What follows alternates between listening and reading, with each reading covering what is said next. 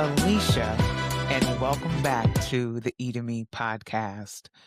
Y'all, it has been a wild time since the last time we spoke. My last episode was, I believe, at the end of November. And so I took the month of December off. And let me tell you, the month of December was intense. And I'm pretty sure I wasn't the only one who experienced such an intense month. But I'm glad that we are here. It is January 3rd, 2026. And let me just say that the past few weeks have been eventful, to say the least. Just to catch y'all up, I started a new job, and that's been, learning the ropes of a new job, right? And getting all that together. I got in a car accident. I've been having vision issues. It's been a lot. And I will say, I mean, luckily, I'm okay as it relates to the car accident. And it's so funny with the whole car accident thing, it was totally my fault. Like I can totally I can admit to that. Um and I was trying to get out of this crazy traffic that was being created at the Costco. If you guys know New York City, you know the East Side. There's a Costco in East Harlem, like on 116, and they have a parking garage that you can park in that you pay for, and they've increased the prices, which is crazy to me because I was there. I don't even know if I was there 10 minutes. I'm so maybe okay. We'll say 50, maybe 15. And I don't even think I was there that long, seriously, because Costco gives me anxiety. Like I don't know about y'all. I mean, I like Costco, but I think for me, if Costco could do anything, just label the aisles. So like just let me know what's down this aisle or give me an idea. So I'm not just walking aimlessly through this place because I'm not that kind of person who gets into a place like that and just starts buying frivolously. I'll buy frivolously if I know where shit is. Does that make sense? Anyway, all that to say, I go there, I get what I need, which is some hemp seeds because I use hemp seeds in my oatmeal every morning. And as I'm like leaving the area, I think about some popcorn. I mean, let's be serious. But anyway, the point of it is, get to the cash register, pay for that, head out because even when I drove in, because normally like the parking lots that where you pay here in New York City, normally there's like a lever that gives you a ticket, and so none of that was happening. It just said drive through. So I was like, okay, what's happening? Get like I said, and then whatever, go buy my stuff, come out, and I'm on the way out of the parking garage. And I should have known, like there was nothing. If something's free in New York, it is an anomaly. Like I'm not even joking. But anyway, I get to the area. There's this little QR code that you have to scan on your phone, and scan the QR code. It's like 11. It's almost $12. Okay, to park in this garage, and I was like, "Are you kidding?" I tell you, infuriated. I was pissed. So I'm like trying to hightail it out of there because at that point I was done. I was like $12. Like I could have gone to any other store and got this stuff cheaper on top of the parking fee that I pay. Yeah, it was a whole thing. So I'm like enraged, trying to get out of there. I see all these cars like piling up around each other, and people are stopping. I mean, if you know New York, you completely understand it. So someone stopped right directly in front of me. Well, not directly in front of me, but like a few cars ahead of me, causing all the traffic, having all these cars in front of me, right? It's that car, and I think it was like 2 other cars that are stopping to put their groceries in these cars. Now, were they cabs? Possibly. But the point of it is, it's like, this is the place you decided to like, what? So I am like, I'm mad about paying for the parking. I'm angry because I'm like, okay, how long is this gonna take? Everyone deciding to put their groceries, and it's Costco. So, Costco, there's no like, oh, 2 or 3 bags. It's like these boxes of shit that people buy because you buy things at surplus, right? I'm like, God, give me strength. So I was like, oh, I see like a little on the left side, I see there's a little place where I could possibly move because I have a small car. I can't talk. So I moved my car to the left. I'm like, okay, let me just try to merge through there and try to get out. Wrong. I merge out, trying to get back in traffic. There's another car coming full speed ahead, hits the side of my car. My passenger doors, front and back, are damaged. I am just in disarray. Now, meanwhile, this is my first day at my new job. I'm leaving work and go to Costco. Like, this is all happening on the same day. I'm like, God, like, what is this? We get everything settled, fine, whatever, right? There's that. And so now, and even to this day, I'm still waiting for my car. They tell me Monday, which is the 5th, I should have my car by then. And I hope so, because I miss my little car. You like your own stuff. You know what I'm saying? The little car I have that, that the dealership, not dealership, but that the rental car places offered it's nice. It's whatever. That's a whole other story. Because my insurance didn't tell me that I have to pay additional for the rental. Like it's been so much. But anyway, hoping to get my car back on Monday. I'm fine. I'm safe. Thank God. But it's been all the little pieces trying to get it all together, which has been so like, ugh, annoying. But here we are. And another thing that's been happening with me is my vision. So, for many of you who might not know, if you're just now tuning in, hi guys. If you don't know, I was diagnosed with multiple sclerosis in 2010. So, I've been dealing with MS for quite some time. And you know, you have your good days, you have your bad days with MS. I have been blessed beyond compare. And when I tell you blessed, blessed beyond compare because I don't take medication. I have, I have, changed my diet. I take, proper supplements that sustain me and has helped me through this whole process ever since 2010. With all the stress that's been happening, my new job, the car situation, just life in general, financial. I mean, y'all are living it just like me. Um, it's taken a toll on me. And so I believe my vision has been compromised because of that in my left eye. If you're seeing this on YouTube, you see me pointing at my left eye. But anyway, so that has been a thing. And I also was like having trouble with my vision as it relates to seeing double. So like I would have like this really bad eye pain by the end of the day. My eye was just fatigued. That's literally what it was from straining, looking, trying to focus and look. Uh, with my glasses, and like you see, I don't have glasses now because normally that's like my thing. My glasses are my thing. Like people always talk about, oh, you have such cool glasses, blah blah blah, and I loved my glasses, but I realized because of my situation, I need glasses that are more functional for what's going on with me. And so as much as it hurts me to like not have all my fun glasses anymore, I know that I have to be mindful of my eyes and not overwork them as well. So waiting on new glasses, that's another thing too. But I will say since I've stopped wearing my glasses that I have been wearing, my eye is feeling so much better, and I don't see the double vision. I mean, I don't have like perfect vision. Like I see things blurry, which whatever, right? I mean, I can still see things. Like I can read things from a distance. It's just the up close type of thing that's an issue.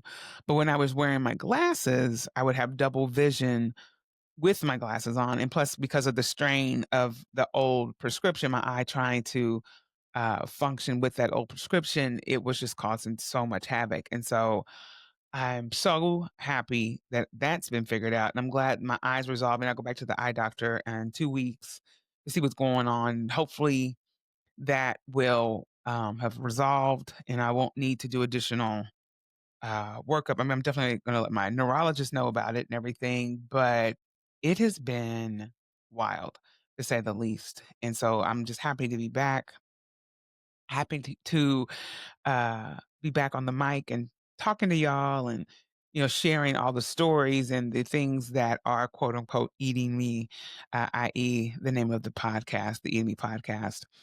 I wanted to also just kind of like talk about my plans for this year with the podcast. For many of you who have been listening since the beginning, I started this podcast because I've struggled with eating issues my whole life. I have ran the gamut when it comes to diets and cleanses, and I've had gastric sleeve surgery. Um, I've done so many different things to quote unquote manage my weight, and I realized over Uh, as you can hear the New York City, I don't know if you can hear that. It's a siren that definitely in New York. But anyway, I've done so many things to, uh, mitigate my whole weight situation and realized that a lot of what I was dealing with was by way of trauma and trauma responses and things that would trigger me that I wasn't really aware of until I did this amazing program, which was an emotional eating program. And I did that with an amazing practitioner by the name of Michelle Lau. She specializes in emotional eating coaching, and she also incorporates what's called somatic meditation, which she's been thoroughly trained in. And I will say the somatic meditation beyond um, the program. I mean, the program was great. Like, don't get me wrong, the program is phenomenal. But those meditations really helped me pinpoint what was going on with me and that this is a journey. It's not like a quick fix, done and over type of thing, where you do these programs, like coaching programs, and boom, it's over. It's like, no, these are tools. These are tools that will help you navigate these situations when they come up. And it's like, oh, that's what that is again. Okay, gotcha. Now I have language and now I understand what's going on with me and how I move forward with my eating concerns, right? Phenomenal. And I will share her information in the show notes. I might ask her to see if she has time to come back on the podcast this year because I enjoy talking with her. We have such amazing conversations. I can't think of um, the podcast numbers because at one point I was numbering my podcast and I realized I was like, girl, we are like it's getting to be too much. So I just, now I'm not numbering them. But if you go back and you look up Michelle Lau, Lall, she talks about the somatic meditations in both episodes, and both of those episodes really were not just a blessing for me, but I know blessing for other people who had shared with me that that was something they really needed to hear and really consider for themselves because of their issues with eating. And so I think now, as I say that, the start of this podcast was by way of my eating concerns. And also I love to eat, right? I love to eat, I love to cook, I love to entertain people and have them over, and we enjoy food and all those different things, and I love talking about uh different cultures and their practices as it relates to food and what certain foods can do for our bodies, like the healing properties of certain foods. I love that type of conversation, and so that was the origin of this podcast. But if you've been listening, it's evolved beyond that, and I still talk about food related things and eating on the podcast. But I flipped it to the point where it's like things are eating at me. Like I'm curious. I want to know what is going on with certain situations, and so you know, given the political climate in not only in this country but on a global scale. And all the current events that have been happening, which has been like almost every day something's been happening, the podcast has shifted in many ways as it relates to that, and I'm happy that I am able to do that, and not just completely, you know, niche to a point where I don't talk about anything else because even though, the purpose of me starting or the original reason of me starting this podcast was about eating and food and things of that nature, we still live in the world and real life is happening, right? And for me to not address what's happening to me, I can't say for anyone else, but for me is negligent. I'm a full human being, just like anyone else that thinks and feels and hurts and gets angry about the things that are happening in this country, within my city. Um, for those that might not know, I live in New York City, and right now majority of us are in celebratory mode. Zohran Mamdani is our mayor, which is amazing. And I've said this on different platforms like TikTok, and because I have my little commentary on social media as well. And while I'm happy, Zoran, one, we have to be mindful that we put him in office and he is here to serve. We have gotten away from this whole mindset that politic, or not even politics, but politicians, and whatever party you're a part of, is like you're holding this strong allegiance, and no matter what happens, whatever, you're going to, be behind these people. And that's, to me, that's not what democracy should look like. Yes, you want people that are going to work for you in government, because that's the whole point of it. But for me to have this like disdain love for someone, or I'm in awe of them, and almost like starstruck, I would be excited to meet him. Like, let's be serious. But I am not going to put on rose-colored glasses and pretend like everything he does is perfect. And I think that's where a lot of what we are seeing in this country, and possibly globally, I can't speak for other countries, but um, what we're seeing here in this country is so warped in the way that we have uh, started this idolization of politicians. And I hope that that changes, you know, that we realize that we have the power and it's not the other way around. And I hope that with this new set of governing in New York City, that will be the starting point for other areas in this country to really take a look at how they are governing, and the people too, to say, hey, like, no, this is not how this works. We are um, the ones putting these folks in office. Grateful that you want to do this work, but know that it's work, and it's not you just getting a money grab and then going off to another country. Hello, Eric Adams. Um, this is, you know, work that is for, hopefully, the greater good of the folks that you are governing. And so, all that to say, excited that New York City has started this trend that I hope doesn't die. And I hope that Mom Donnie lives up to what he says that he, plans to do for this city. And if not, I'm pretty sure, I hope that New Yorkers, we will give him the business if that is not true.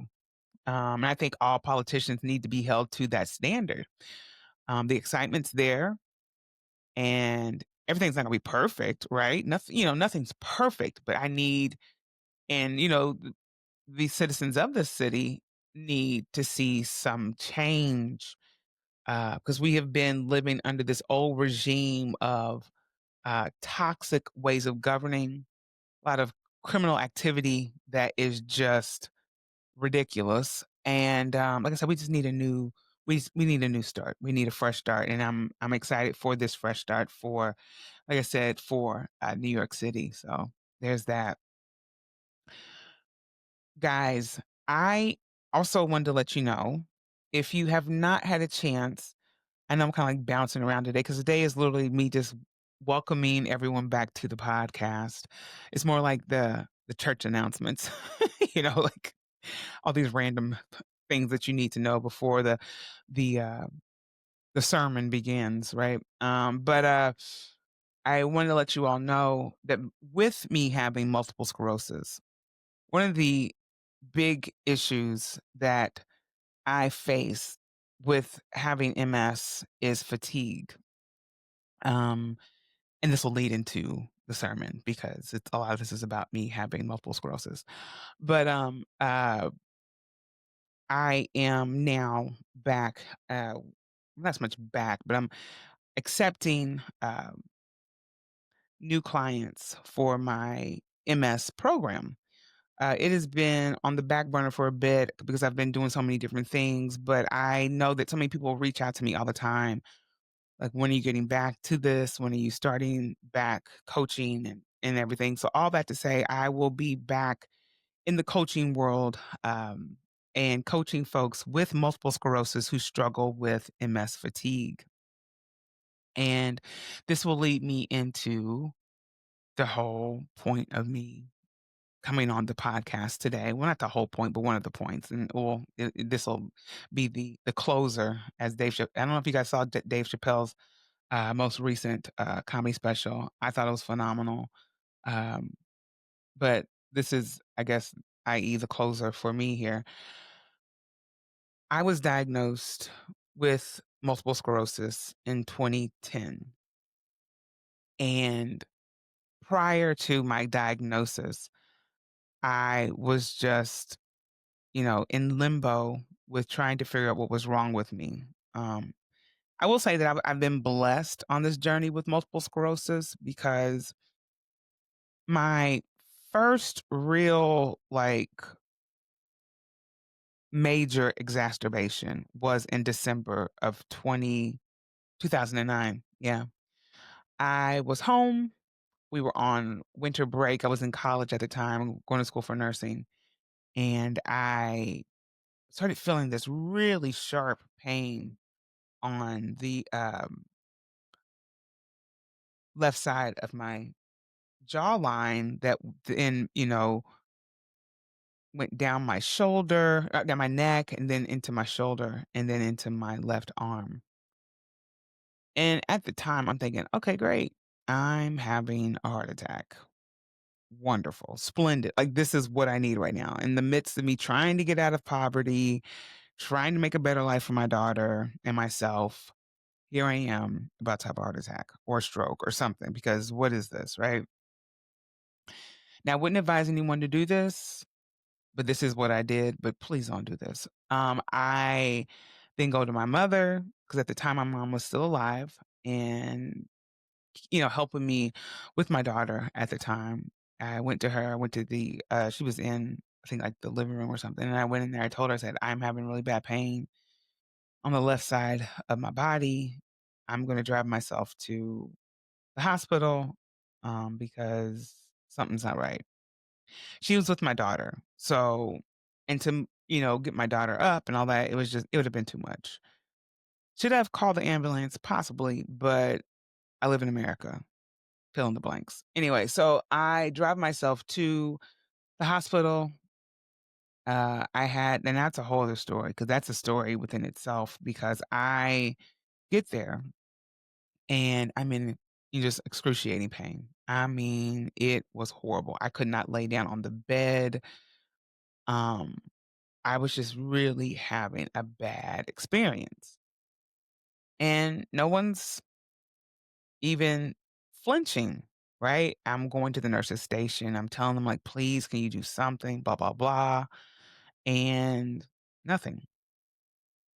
To like fortunately, I would say, I had my employee ID because at the time I was employed by the hospital that I went to. And I showed them my ID and I said, listen, I work for Deaconess. Oh, I probably shouldn't have said that, but anyway, I work for this hospital. And please help me. And from there, I started getting care. I kid you not. But like I said, that's a whole other story about Black folks and pain management. And yeah, anyway. So they start doing the things, give me some pain meds, so I can calm down and feel a bit more comfortable while I'm waiting for the additional testing that they're going to do and whatever else that was going to take place. Um, and by the end of my visit, I was told by one of the physicians in the ER, he was like, based off what we see with the um, diagnostic testing, you possibly have multiple sclerosis. And I was like, what? Because the initial thing I'm thinking of when I think of multiple sclerosis, I think of Richard Pryor, I think of Montel Williams. Um, which are anomalies because it's like these are men with MS. I was like, "What?" They were black. So, I mean, that's what I would relate to. And I had a family member who also had MS, and she had had MS for a very long time, and I knew that it affected her vision, and affected a lot of things with her, and so, she was, really having a lot of trouble at one point in her life, and I think at one point I think she was disabled, but that's, whatever, but so I'm just thinking about all these situations and scenarios where it's like, "Oh my gosh, like, this can't be my life," right? And so, there's that, and I waited and waited and waited, and like I said, I didn't my wait wasn't as long as most people, so I shouldn't even like, I was really blessed and fortunate, to have come to a conclusion with my diagnosis within a few months. Um, Actually, it was like 2 months because I think the end of February, I had the concrete diagnosis of I had the diagnosis of transverse myelitis, which is basically under the umbrella of multiple sclerosis. And so then I think maybe by March, they were like, "No, this is MS." And so from there, I was started the journey of figuring out what I needed to do in order to, make things work for me, because at the time, like, after my diagnosis and everything was said and done, the left side of my body, I could not really, use in terms of my gross and fine motor skills, and I'm left-handed, so that was a struggle. Um, I was really blessed to have friends in college that helped me with notes and whatever else. I had professors that told me I should quit nursing school, and, something just kept saying to me, "No, just keep going. Just keep going. It's going to be okay." And I'm glad I listened to that voice within me, because if I would have listened to these external voices, who knows if I would have even finished nursing school. And I'm proud to say that not only did I finish my undergrad, my bachelor's of science in nursing, I also have a doctorate now in nursing practice. So, yeah, I'm really happy to know that, like, that person that was going through all that at that time, me at that time, is now here talking about something that I could have never imagined that would happen in my life. Like, seriously, in terms of me having a doctorate, being able to, live well and thrive in a way that I could have never imagined. But one of the things that I struggled with my multiple sclerosis was fatigue. And many folks who are diagnosed with MS fatigue is one of the major symptoms that we experience and can really cause us to miss out on a lot of things. Um, and so, like, when some people say, "Oh, I'm so tired," or whatever, it's like, I hear you, but like, MS fatigue is on another level. Like, there's nothing that's going to really, just kinda, like, eradicate it in so many ways, I should say, or at least I thought, right? Um, I would not if once that fatigue would hit, it was like sometimes when people were talking to me, it was like the Charlie Brown teacher was talking to me. I could not understand anything they were saying. It was like a "womp womp, womp womp," like, literally. Between that, my brain just feeling like it was on overload because I'm trying to focus, I'm trying to stay in it, and my body was just, like, shutting down, but I'm trying to fight against it, right? And it gets to a point where you can't fight anymore and you have to just lie down and rest, right? Um, someone explained the MS fatigue because I went live one day on, TikTok, and they were like another MS warrior, is what we call ourselves, MS warriors, and they were basically saying their MS fatigue, it reminds them of a bunch of weighted blankets that have been placed on them, and it's like you're trying to trudge through life with these weighted blankets, and I thought, "Oh my god, yeah, that's literally how it feels some days where it's just like you're just trying to make it, and it's like all the weight of the world, and these weighted blankets are all on you, and you're just trying to just make it each and every day." And so I was really blessed and fortunate to learn about a lot of holistic uh, therapies that have sustained me um, since my initial diagnosis. And I have, like I said, I've been truly blessed to be in a position where I don't have to take medication. and my hope is to never take medication for my MS. And I just want to also put out as a disclaimer, not everybody is the same in terms of this uh, therapeutic approach that I'm doing for myself. If you are someone that's been diagnosed with MS and you need the medication in order to function, please, please, please, please stay on your medication. This works for me and it can work for other folks as well, but I don't want to say, oh, well, I figured this out. Why don't you figure it out? Everybody's an individual and different when it comes to the progression of their MS. But I will say, when it comes to MS fatigue, even though you are on what's called disease modifying therapies, DMTs, that MS fatigue can still be there. And it can still feel debilitating despite you having, despite you taking DMT therapy or just DMTs rather. And so once I realized what I needed to do to reduce the therapy in my body, I mean, therapy, the um, the inflammation in my body, because a lot of what was going on with us, the folks that have MS, is we have increased inflammation in in our bodies. And once you start finding ways to reduce that inflammation, it changes the game drastically with your energy levels and with some other symptoms as well. But the MS fatigue in general, I found that was actually the key was reducing my inflammation in my body. And so like I said, once I figured that out, it was a game changer. And I, over the years, had so many people reaching out to me, and I was just offering the information to them.